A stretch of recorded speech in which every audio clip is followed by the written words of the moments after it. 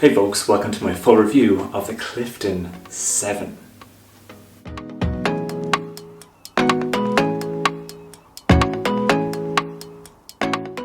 So I do have a first impressions review of this shoe, so if you want to see that, link is below. I go through basically the upper, the outsole, the midsole and all the kind of technical aspects of the shoe and how I felt it performed initially for me. This review will be based on the performance after having done 60-70 miles, and I'll also compare it to another daily trainer, the Nike Pegasus 37. So yeah, let's get on with the review.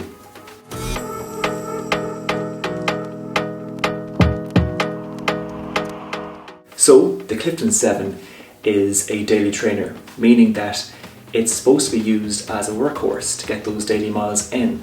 It's not really meant for speed sessions like interval sessions or tempo sessions, and some shoes on the daily training market do facilitate for faster training sessions. The Clifton 7 does not. Now that's not initially a bad thing because it's not meant for those faster days,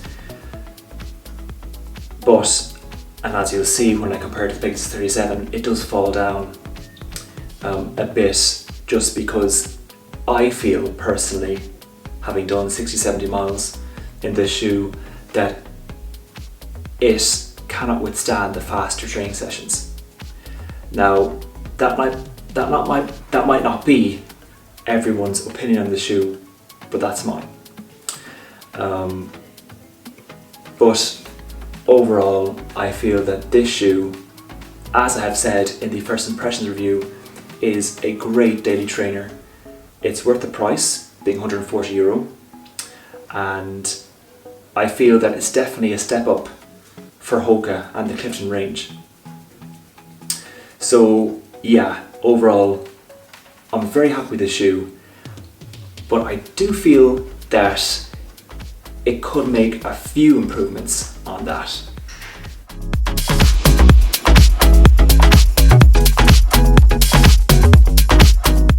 So with this shoe, I have done a lot of different workouts just to test it out and to see how it fares in different circumstances. So I have run mostly in this at an easy pace, meaning my easy pace here would be around, it's usually 8 minutes and 20 seconds plus per mile.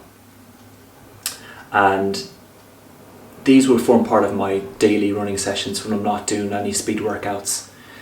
And I have to say, it has fared very well in those workouts. I mean, my foot feels very secure in the shoe.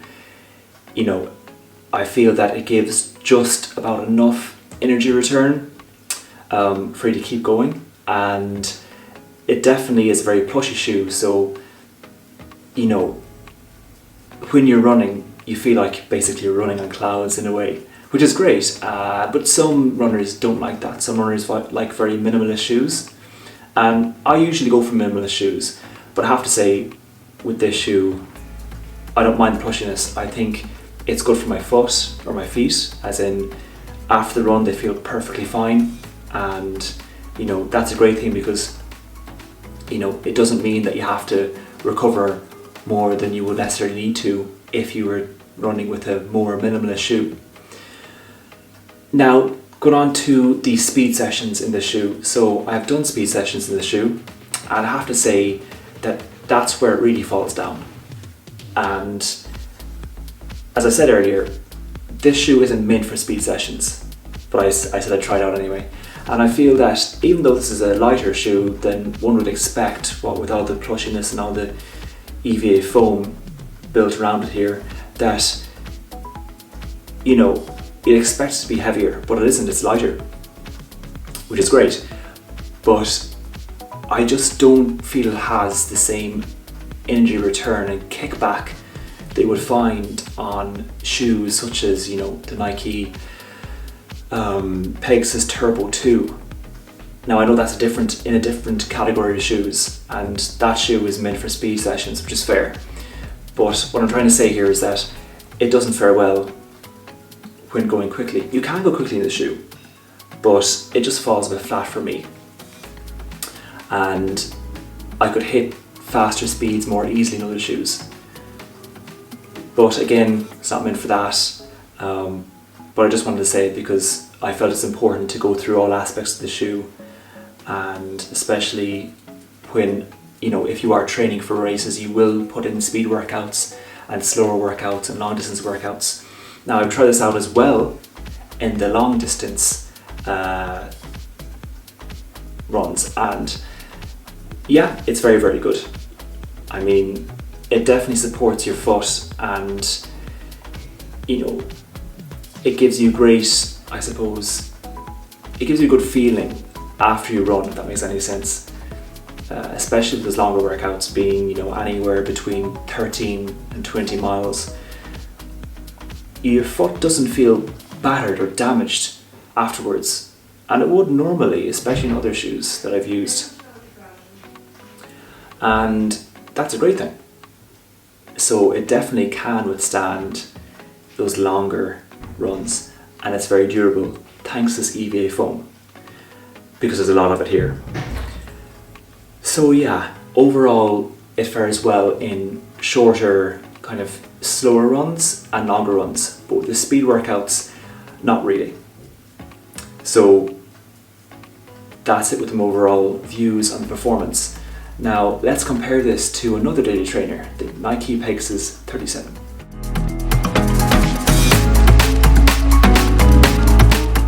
Okay, so let's compare the Nike Pegasus 37 against the Hoka Clifton 7. So let's start with the Pegasus 37. Okay, so with the upper here, it's a textile mesh upper. It's very breathable, very form-fitting, and very light. With the midsole here, Nike has introduced React foam, which gives you a great energy return and bounce when you're running those quicker runs, if you choose to use this shoe for those quicker sessions. In terms of the outsole here, there's a lot of rubber, and it provides great support for those wetter or icy days out on the roads. Okay, so with the Clifton 7, the upper consists of a injured mesh. It's a lot plusher and a lot thicker than the Pegasus 37, and it falls down, I think, in comparison to the Pegasus 37. In terms of the midsole here, basically it's full of EVA foam, which is great, and it gives that very plushy feeling and very, very comfortable. It's a very comfortable shoe, and the EVA foam does help with that. In terms of the outsole, there's a mixture of foam and a mixture of rubber, so it has good grip. In terms of durability, again, seeing as there's, it's not all covered in rubber, it'd be less durable than the Pegasus 37. So overall, comparing these two shoes together, which one wins out?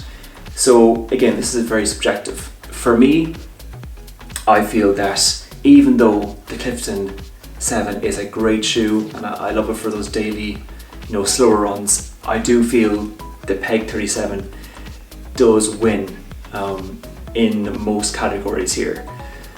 You see, this is a daily trainer as well as a Clifton 7, but the great thing about the shoe is that it can be used for other training sessions, such as speed runs, tempo sessions, interval sessions, what have you, and it's just very, very, very, very good, and it works well in all types of sessions, whereby this shoe, the Clifton 7, doesn't necessarily work in those faster runs.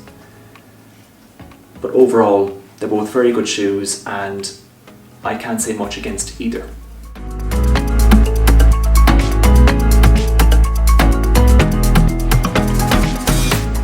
Okay, so that's my full review of the Clifton 7 shoe. A great shoe, built more so for those slower daily runs as opposed to speed sessions, but nevertheless, it really works well for people who want to use this shoe for those daily miles, and I'm telling you it'll work.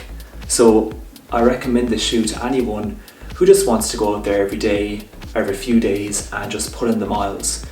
And yeah, I mean, with the price and everything, it's €140.